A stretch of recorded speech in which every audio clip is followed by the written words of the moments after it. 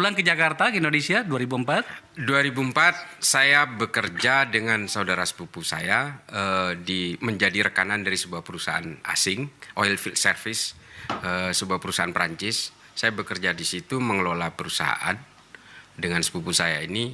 Di lain itu saya juga menjadi konsultan lingkungan di Coca-Cola Amatil di Cibitung.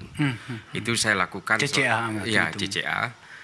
Terakhir kemudian sampai tahun 2015 saya berhenti, tapi nah ini yang mesti saya berikan gambaran karena saya mengakui bahwa saya pernah dipenjara. Oh, Saya pernah dipenjara, Bang, 22 bulan karena persoalan dengan saudara saya ini.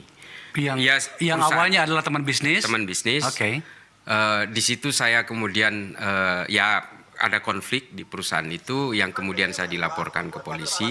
Saya ada tuduhan penipuan, penggelapan di situ, tapi alhamdulillah tidak terbukti. Tapi saya terbukti menyalahgunakan wewenang dalam jabatan Sebagai direktur. untuk kepentingan pribadi atau orang lain. Sebagai direktur. Sebagai direktur. Direktur atau direktur utama? Saya direktur, dia direktur utama. Saya juga yang mengoperasikan ini. Saya yang making money di perusahaan ini. Bisnis apa kan?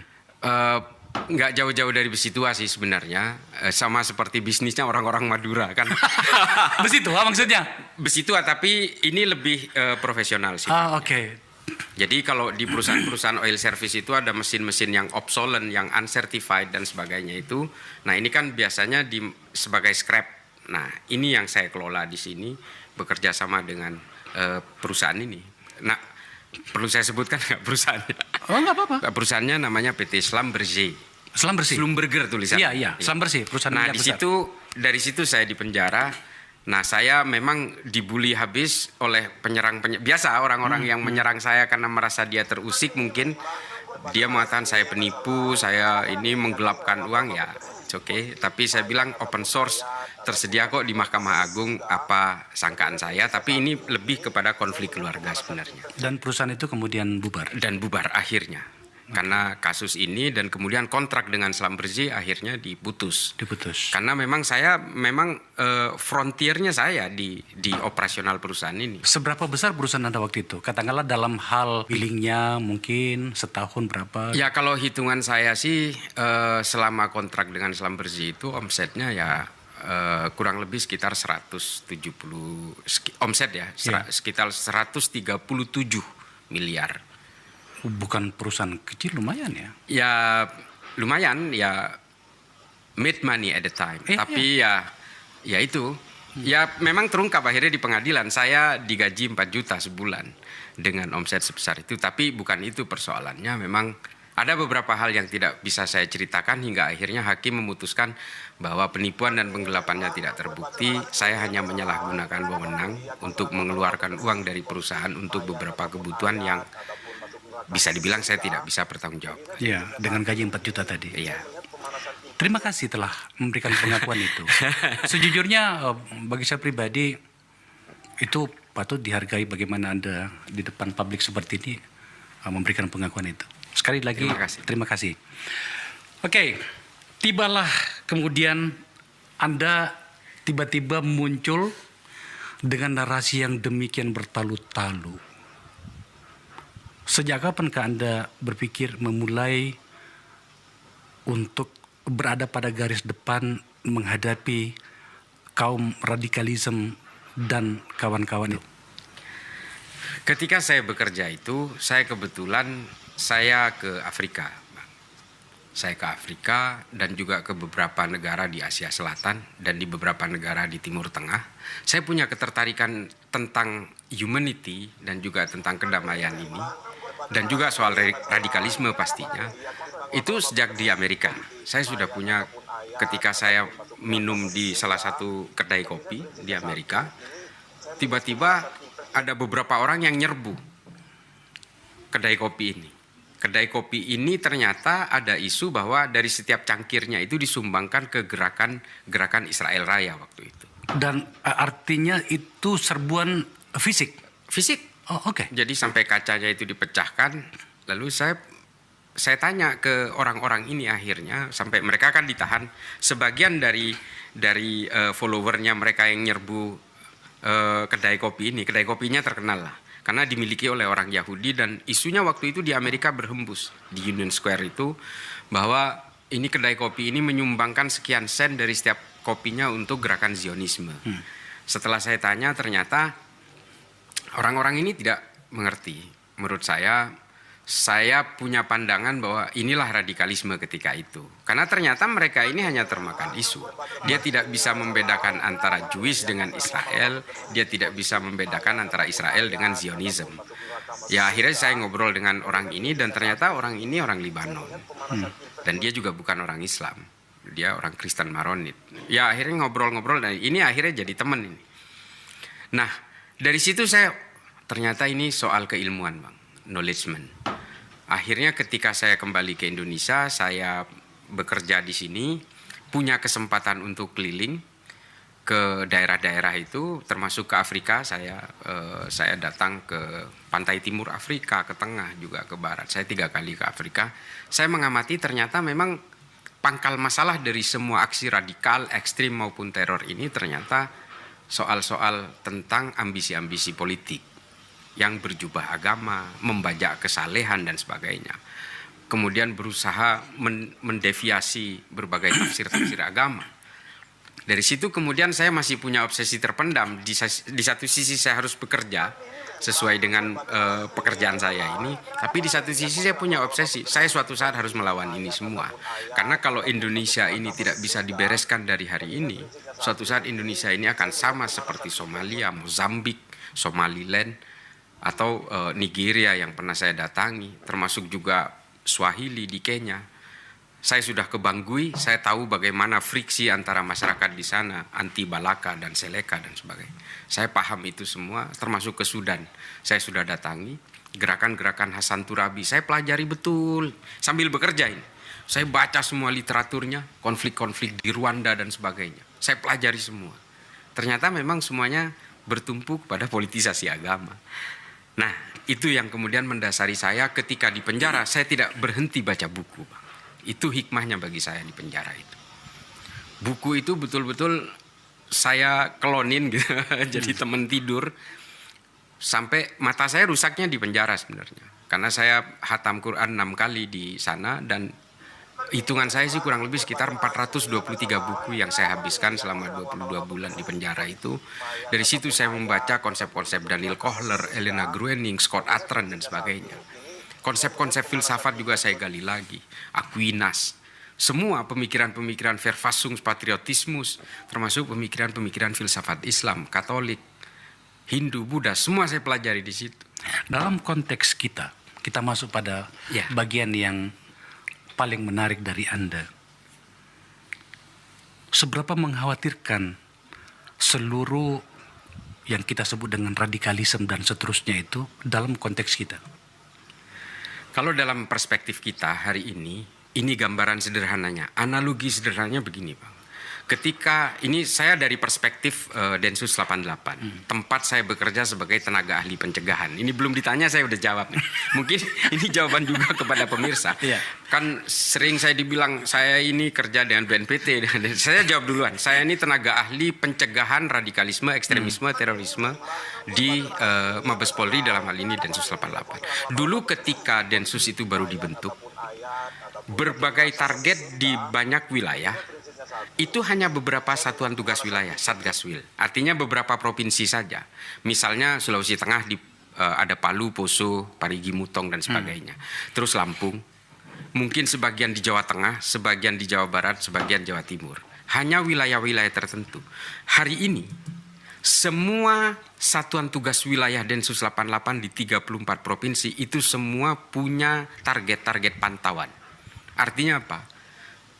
Ini sudah spread out, sudah menyebar rata di semua wilayah, bahwa semua wilayah itu gerakan-gerakan kelompok radikal ini sudah ada. Kalau dulu kan hanya wilayah-wilayah tertentu, hanya mungkin 3, 4, 5 spot. Tapi hari ini 34 provinsi semua satuan tugas wilayah itu punya target pantau masing-masing. Nah ini kan sudah mengkhawatirkan.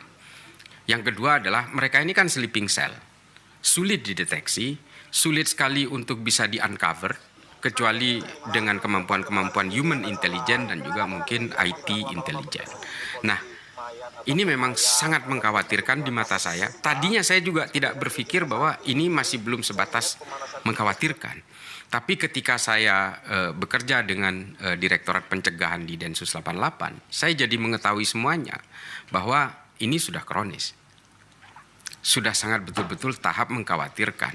Untungnya satu aja, Bang. Satu aja yang masih bisa memberi ruang kepada kita untuk sedikit bernafas gitu. Kelemahan dari kelompok-kelompok teror ini adalah menciptakan momentum of terornya. Seperti apa? Ya, mereka ini selalu menunggangi kejadian-kejadian yang sifatnya revolusioner atau kejadian-kejadian yang kaotik sifatnya. Ini sebenarnya bukan hanya permasalahan kelompok teror di Indonesia. Di kelompok teror di seluruh dunia yang belum termobilisir secara rapi, ini biasanya memang menunggu momentum of terornya yang sulit. Makanya mereka ini gerakannya hanya sporadis. Seperti bom Astana Anyar kemarin. Yang bisa dia lakukan hanya menyerang simbol-simbol negara, tapi memantik trigger revolusi itu sulit.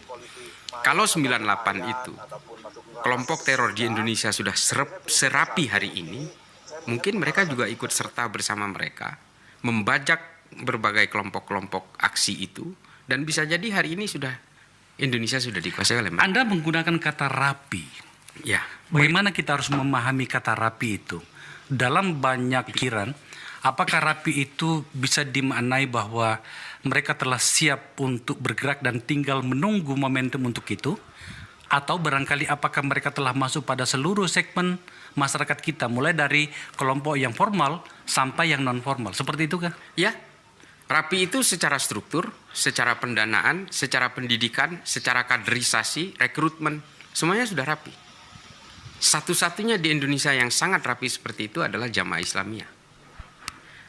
Ukuran rapi itu juga, Bang, ketika satu pemimpinnya tertangkap, dia secara automatically dia akan sudah muncul pemimpin berikutnya, sama seperti ISIS. Iya, menggunakan sistem sel ya. Iya, sama seperti itu. Dan JI juga seperti itu. Mulai dari tertangkapnya pemimpin JI yang terakhir, Para Wijayanto misalnya, dia dengan sendirinya langsung muncul amirnya, pemimpinnya, dengan struktur yang luar biasa, dengan bidang-bidang yang sudah berfungsi sesuai bidangnya masing-masing. Rekrutmennya jalan, semua jalan. Dan ini memang di atas permukaan tidak bisa dideteksi kecuali kekuatan intelijen. Tadi kan di bagian awal Anda mengatakan bahwa ini sudah masuk pada wilayah yang terlalu jauh. Pertanyaan utamanya bagi kita sekarang itu begini, Mas Islan. Apakah ini karena keyakinan, ansih, Ya. atau karena politik? Tadi kan di bagian awal tadi menggunakan Betul. politik.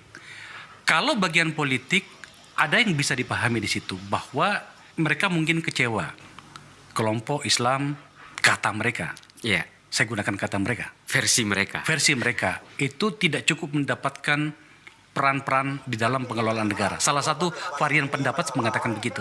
Meskipun dibantah oleh, katakanlah misalnya oleh Menko Polhukam, Iya. Pak Mahfud, dengan argumen yang menurut saya cukup lengkap. Kalau menggunakan kata keyakinan, apakah mereka tidak melihat pada apa yang terjadi pada fenomena Arab Spring? Bagaimana negara-negara apa itu hancur karena hal-hal seperti ini. Bagaimana kita harus memahami situasi ini, Gus? Kalau saya sepakat sih dengan apa yang sudah diketengahkan oleh Pak Mahfud waktu itu, ini bukan hanya persoalan kekecewaan ruang-ruang politik dari para pemeluk agama secara regional sebenarnya. Ini kan sebenarnya cita-cita politik lama. Kelompok-kelompok pengusung teokrasi ini kan selalu menggunakan refleksi masa lalu yang dianggap paling ideal. Ini kan memang selalu gerakan-gerakan pan-islamisme, gerakan-gerakan khilafahisme. Ini kan selalu menggunakan referensi ideal masa lalu. Dia menganggap bahwa Islam itu pernah jaya karena menguasai ruang-ruang politik. Dia menguasai wilayah-wilayah politik yang selalu digaungkan oleh mereka kan penaklukan Konstantinopel, penguasaan politik Islam di Andalusia, dan juga Islam pernah berjaya dan menjadikan Baghdad sebagai epicentrum politik dunia dan sebagainya. Yang dilihat kan dalam sisi itunya. Tapi kan mereka tidak pernah melihat sisi kegagalannya setelah itu. Nah, cita-cita pan-islamisme ini yang kemudian digaungkan oleh mereka bahwa kita harus menegakkan agama ini dengan menegakkan daulah khilafah Islamiyah. Semua gerakan-gerakan teror itu selalu punya daulah khilafah Islamiyah. Semua gerakan-gerakan teror itu selalu punya tujuan itu. Karena tafsir-tafsir agama ini sudah sudah dimodifikasi menjadi gerakan-gerakan ideologis politik. Oke. Sehingga kalau kita perhatikan Al-Shabaab, Boko Haram, Hasan Turabi, Laskar At-Taiba, Jabatun Nusro, semua gerakan-gerakan ini selalu bersifat pemberontakan kepada negara atau sifatnya separatisme. Kurang lebih seperti itu. Artinya apa? Mereka ingin menguasai, menghegemoni ruang-ruang politik dengan anggapan bahwa ini bisa dihomogenkan semua menjadi Islam versinya mereka. Mereka tahu Islam di Indonesia ini mayoritas misalnya, tapi kan bukan Islam versinya mereka. Oke. Makanya mereka masih terus bergerak untuk menegakkan daulah Islamiyah yang menurut dia Islamiyah versinya mereka ini. Nah, ini yang kemudian bergulir di kita. Semua organisasi teror itu kan punya tujuan politik semua. Semua di seluruh dunia semua. Artinya kalau gerakan-gerakan yang tidak punya tujuan politik ini kan akhirnya memang menuju dakwah-dakwah Islam yang sifatnya soft seperti aliran-aliran tasawuf dan sebagainya. Tapi ketika dia harokahnya harokah siasa, sudah kepada urusan-urusan politik, apalagi kemudian bersentuhan dengan kekerasan, pasti dia punya tujuan politik. Karena lewat kekerasan dia bisa memantik gerakan-gerakan revolusioner. Ini kan ajaran Said Qutb di Ma'alim fil Thariq. Artinya organisasi-organisasi ini semua adalah dalam rangka membentuk toli'ah-toli'ah. Kesatuan-kesatuan elit kecil yang kemudian dieskalasikan menjadi satu kekuatan revolusi. Yang tadi yang saya sampaikan, kenapa kemudian kita dan khususnya lagi teman-teman atau kelompok yang sedang melakukan berbagai hal untuk membentuk khilafah, khalifah dan segala macam itu tidak belajar dari apa yang terjadi di Timur Tengah yang saya sebut tadi dengan kehancuran oleh Arab Spring itu tadi. Bukan hanya, jadi mungkin begini Bang, izin Bang, salah satu kelemahan dari umat Islam adalah dia selalu menyembunyikan sejarah-sejarah masa lalu yang pahit itu di bawah tumpukan karpet. Ini kebiasaan kita. Kita selalu berusaha menghindar dari sejarah-sejarah yang kelam, sehingga kita tidak bisa belajar dari sejarah-sejarah yang getir itu.